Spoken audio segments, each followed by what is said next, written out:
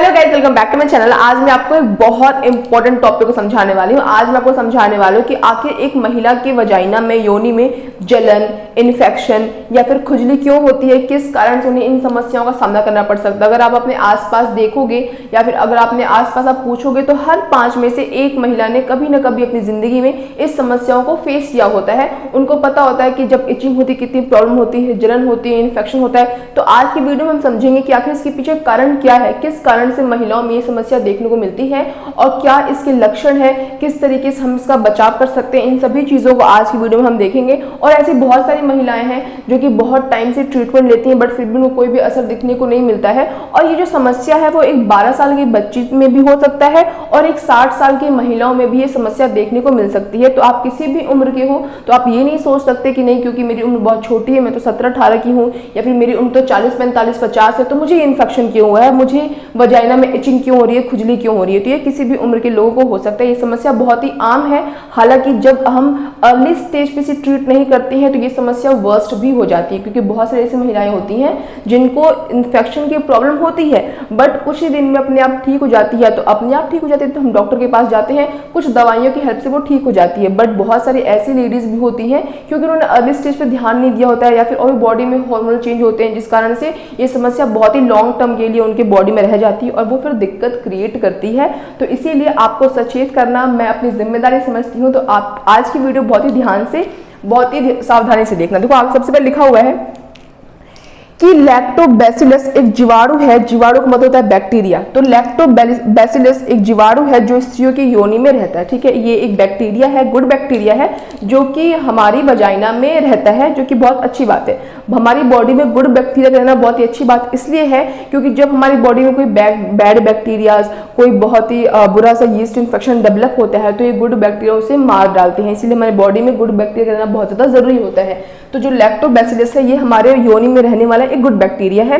कह रहा है कैंडिडियोसिस एक फंगल संक्रमण है जो कि आपकी योनि में रहने वाले एक प्रकार का यीस्ट यानी कि कैंडिडा एल्बिकेंस के अतिवृद्धि के कारण होता है। कह रहा है कैंडिडियोसिस एक फंगल इन्फेक्शन है। ये फंगल इन्फेक्शन इसलिए है क्योंकि जो आपके बॉडी में एक काइंड का यीस्ट रहता है उसका नाम होता है कैंडिडा एल्बिकेंस। इसका जब अतिवृद्धि बहुत ज्यादा ये ग्रोथ कर जाता है तो उसके बाद आपको कैंडिडियोसिस नाम का क्या होता है, इन्फेक्शन जाता है, जो कि बहुत ज्यादा इरिटेटिंग होता है। उसमें बहुत खुजली होती है, बहुत जलन होता है, इवन एक बहुत ही थिक व्हाइट डिस्चार्ज होता है जो कि आपको फटे हुए पनीर की जैसे आपको व्हाइट कलर का बहुत ही थिक डिस्चार्ज देखने को मिलता है, जिसमें स्मेल भी बहुत बुरी सी होती है। इसके लक्षण होते हैं। तो बहुत सारी महिलाएं इस यीस्ट इन्फेक्शन से संक्रमित होती हैं। आगे लिखा हुआ है कि आपके शरीर और वजाइना में रहने वाले गुड बैक्टीरिया यीस्ट इन्फेक्शन के खतरे को रोकते हैं। तो आपको इतनी बात समझ में आई कि जो फीमेल का जो वजाइना होता है उसका एक पीएच लेवल होता है जिसको मेंटेन रखना पड़ता है। बहुत तरीके के परफ्यूम, सेंट्स, बॉडी स्प्रे, साबुन, इन सब के इस्तेमाल से भी क्या होता है, वजाइना का पीएच लेवल चेंज होता है और जिस कारण से आपको यीस्ट इन्फेक्शन खतरा बढ़ जाता है। तो जो फीमेल की जो वजाइना होता है उसमें गुड बैक्टीरिया रहते हैं बट बहुत सारी चेंजेस की वजह से, हार्मोनल चेंजेस की वजह से आप बहुत ज़्यादा एंटीबायोटिक्स लेते हो। जब एंटीबायोटिक्स लेते हो तो बैड बैक्टीरिया के साथ साथ गुड बैक्टीरिया भी मर जाते हैं और तमाम तरीके की दिक्कतों की वजह से जो आपके वजाइना उसमें गुड बैक्टीरिया मर गए हैं, जिसके कारण से जो यीस्ट इन्फेक्शन है जिसका नाम क्या है, जिसका नाम है कैंडिडियोसिस, ये डेवलप हो रहा है क्योंकि आपके बॉडी में रहने वाले गुड बैक्टीरिया और जो आपकी बॉडी में जो यीस्ट रहता है जिसका नाम क्या है, जिसका नाम है कैंडिडा एल्बिकेंस, ये ओवर ग्रोथ कर गया। गुड बैक्टीरिया मर गए और जो ये वाला यीस्ट था ये क्या हो गया, जितनी इसकी ग्रोथ होनी थी उससे ज्यादा इसकी ग्रोथ हो गई, ज्यादा डेवलप हो गए,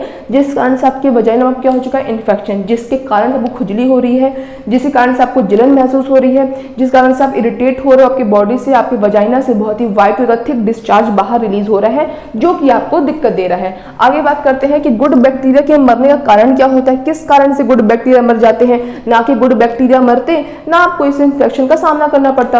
तो गुड बैक्टीरिया मर जा रहे हैं ना, तो हम गुड बैक्टीरिया क्यों मर रहे हैं, किस गलती की वजह से। देखो लिखा हुआ है एंटीबायोटिक्स की लेने की वजह से। देखो आपने सुना होगा, हमेशा सुना होगा ये बात कि हर छोटी छोटी बातों पर दवाई तुरंत हमें नहीं लेनी चाहिए। छोटी छोटी बातों पे हम तुरंत दवाई लेते हैं, उससे क्या होता है, हमारी बॉडी को एक तो आदत पड़ जाती है, उसके बाद से हमारी बॉडी के जो गुड बैक्टीरिया होते हैं वो भी मर जाते हैं। तो हर छोटी बात पे दवाई नहीं लेनी चाहिए। बहुत सारे डॉक्टर्स ऐसे भी होते हैं जो सभी को मैं बात नहीं करी, बहुत अच्छे डॉक्टर होते हैं, डॉक्टर को तो हम भगवान का रूप मानते हैं, बट कुछ लोग ऐसे होते हैं कि अपने उसके चक्कर में, बेचने के चक्कर में वो आपको ज़्यादा जरूरत से ज़्यादा टैबलेट्स वगैरह लिख देते हैं, जो कि आपके लिए हानिकारक साबित हो सकता है। तो ज़्यादा एंटीबायोटिक्स वजह से होता है। योनि में अगर आप किसी तरह स्प्रे, सुगंधित स्प्रे लगा रहे हो, साबुन का इस्तेमाल कर रहे हो, जो कि मैंने आपको पहले भी बताया था कि कभी भी अपने प्राइवेट पार्ट को साबुन से वॉश नहीं करना चाहिए, वो आपके वजाइना के पीछे साथ छेड़खानी कर देगा और आपको बहुत सी दिक्कतों का सामना करना पड़ेगा, ठीक है। तो साबुन लगाने की वजह से पीएच लेवल चेंज हो जाता है। शुक्राणुनाशक दवाइयों के सेवन से, शुक्राणुनाशक दवाई मतलब जो गर्भ निरोधक दवाइयां होती हैं, बहुत ज्यादा टाइम तक गर्भ निरोधक दवाइयां नहीं खानी चाहिए, ये बहुत ज्यादा इंपॉर्टेंट बात है। हालांकि जब हम गर्भ निरोधक के बारे में देखते हैं तो लिखता है कि कोई साइड इफेक्ट नहीं होता, बट लॉन्ग टर्म पे साइड इफेक्ट्स होते हैं गाइस। तो अगर आप बहुत लंबे समय से गर्भ निरोधक गोलियां खा रहे हो तो आपको ये अवॉइड करना चाहिए। कभी भी गर्भ निरोधक के रूप में दवाइयों का सेवन नहीं करना चाहिए। अगर आप करना भी चाहते हो तो आपको बैरियर्स का इस्तेमाल करना चाहिए, लेकिन ना कि दवाइयों का। तो दवाइयों के इस्तेमाल से आप गर्भ निरोधक का इस्तेमाल मतलब बैरियर का इस्तेमाल तो नहीं कर रहे हो, बट आपके फीमेल पार्टनर कितना सफर करना पड़ेगा लॉन्ग टर्म के बेसिस पे, आपको इस बात का भी बहुत ही ध्यान रखना चाहिए। तो कभी भी दवाइयों का इस्तेमाल गर्भ निरोधक के रूप में नहीं करना चाहिए। आगे देखो लिखा हुआ है इन्फेक्शन होने का खतरा किसको ज्यादा रहता है। देखो वैसे तो हर किसी को कभी न कभी इन्फेक्शन हो जाता है, बट ज्यादा खतरा इसकी रडार पे कौन होता है बेसिकली हम वो जानते हैं।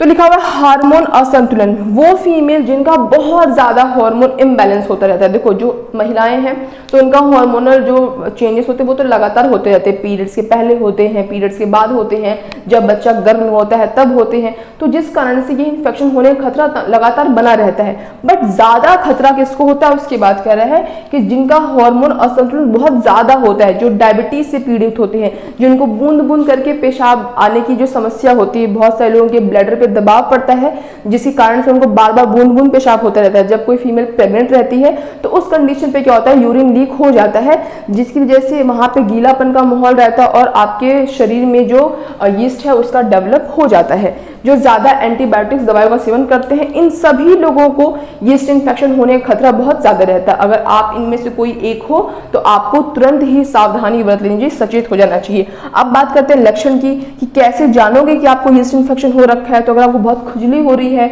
जलन हो रहा है, फटे हुए पनीर की जैसा आपको डिस्चार्ज हो रहा है, बहुत ही उसमें से मछली के जैसी उसमें से गंदी सी स्मेल आ रही है, और ऑब्वियस बात है आपके वजाइना के एरिया में जो बाहर का बल्बा होता है वहां पे आपको सूजन भी देखने को मिल सकती है, वहां पे रैशेस भी हो सकते हैं और वहां की स्किन आपको फटी फटी भी नजर आ सकती है, जो कि बहुत बड़ा लक्षण है कि आपको बहुत ही सीवियर वजाइनल यीस्ट इन्फेक्शन आपको हो चुका है। तो आपको तुरंत अपने डॉक्टर से मिलना चाहिए। अब बात करते हैं हम बचाव के लिए क्या कर सकते हैं। तो सबसे पहले बचाव मैं आपको बचाव बता रही हूँ। आपको जैसे सिम्टम्स दिखाई देते हैं आपको तुरंत अपने डॉक्टर के पास जाना चाहिए। 1-2 दिन वेट करके, 1-2 दिन वेट करने से क्या होता है, अपने आप सिचुएशन नॉर्मल हो जाती है। कभी कभी हम 1-2 खुराक दवाई लेते हैं उससे भी सिचुएशन नॉर्मल हो जाती है, बट आपको बहुत लंबे समय तक वेट नहीं करना है। कोई भी घरेलू नुस्खा आपको नहीं अपनाना है। आप क्या कर सकते हो, आप अपने आप प्रिकॉशन ले सकते हो, बचाव ले सकते हो। आपने 1-2 दिन देखा, आपको प्रॉब्लम दिख रही है, आप जो मैं आपको प्रिकॉशन बताऊंगी बचाव, आप उसको देखो, आजमाओ, वो ठीक हो जाएगा। बट अगर इसको आजमाने के बाद भी ठीक नहीं हो रहा है तो आपको किसी की बात नहीं सुननी है, सिर्फ और सिर्फ कहाँ जाना है, डॉक्टर के पास जाना है। तो देखो सबसे पहले आपको प्रिकॉशंस क्या रखना है। और हाँ एक बात और, डॉक्टर के पास आप चले गए, उन्होंने आपको दवाई दी, उसके साथ ही साथ ये बचाव भी आपको लागू करने हैं। आप सिर्फ दवाइयों के बेस पे अपनी यीस्ट इन्फेक्शन को ठीक नहीं कर सकते, आपको साथ साथ कुछ परहेज भी करना पड़ेगा। तो करना क्या है, योनि को हमेशा सूखा रखें। वजाइना के पास कभी भी गीला माहौल नहीं रहना चाहिए, कभी भी गीले कपड़े, गीली पैंटी नहीं पहनना चाहिए। अगर आपको लीकेज की प्रॉब्लम है, यूरिन लीकेज की, तो तुरंत आपको अपनी कॉटन जो अंडरवेयर होता है उसको चेंज कर देना चाहिए। साथ ही साथ आपको हमेशा कॉटन का अंडरवेयर ही पहनना चाहिए, ठीक है। तो योनि को हमेशा सूखा रखना है। पीरियड्स के दौरान ज्यादा सफाई रखना है, क्योंकि पीरियड्स के टाइम पे हमारे थोड़ा सा जो पीएच लेवल होता है, जो हमारा जो हार्मोन था वो डिसबैलेंस होता है, तो हमें वहाँ पे खास ख्याल रखना पड़ता है। उसके बाद लिखा है डायबिटीज को अपने कंट्रोल में रखना है। शुगर और वो प्रोडक्ट जिसमें यीस्ट का उपयोग होता है उसको बिल्कुल भी नहीं खाना है गाइस। जो कुकीज होती हैं, कैंडीज होती हैं, बिस्किट्स होते हैं, इनको आपको बिल्कुल अवॉइड करना है, क्योंकि ये आपके यीस्ट इन्फेक्शन के लिए फूड का काम कर रहे हैं। अगर इनको फूड नहीं मिलेगा तो ऑटोमेटिक इनकी ग्रोथ क्या हो जाएगी, कम हो जाएगी। तो आपको इनका सेवन नहीं करना है। दही का सेवन ज़्यादा करना है आपको, एप्पल साइडर विनेगर अपने डाइट में उसका इस्तेमाल करना है। चीनी, अल्कोहल, यीस्ट के लिए फूड का काम करते हैं, तो आपको इन सभी चीज़ों का सेवन नहीं करना है। तो मुझे लगता है मैंने आपको हर एक चीज़ बताई है कि यीस्ट इन्फेक्शन क्या होता है, कैसे सिम्टम्स होते हैं, क्या क्या प्रॉब्लम्स होती हैं, उसके बाद उसका कारण क्या होता है, लक्षण क्या होता है, बचाव क्या होता है। फिर भी कुछ डाउट है तो आप मुझे कमेंट बॉक्स में कमेंट करके पूछ सकते हो। ऐसे और इंटरेस्टिंग और इन्फॉर्मेटिव टॉपिक्स के लिए मेरे चैनल सब्सक्राइब कर देना, और अगर वीडियो पसंद आई हो तो उसे एक लाइक जरूर करना। That's all, bye guys.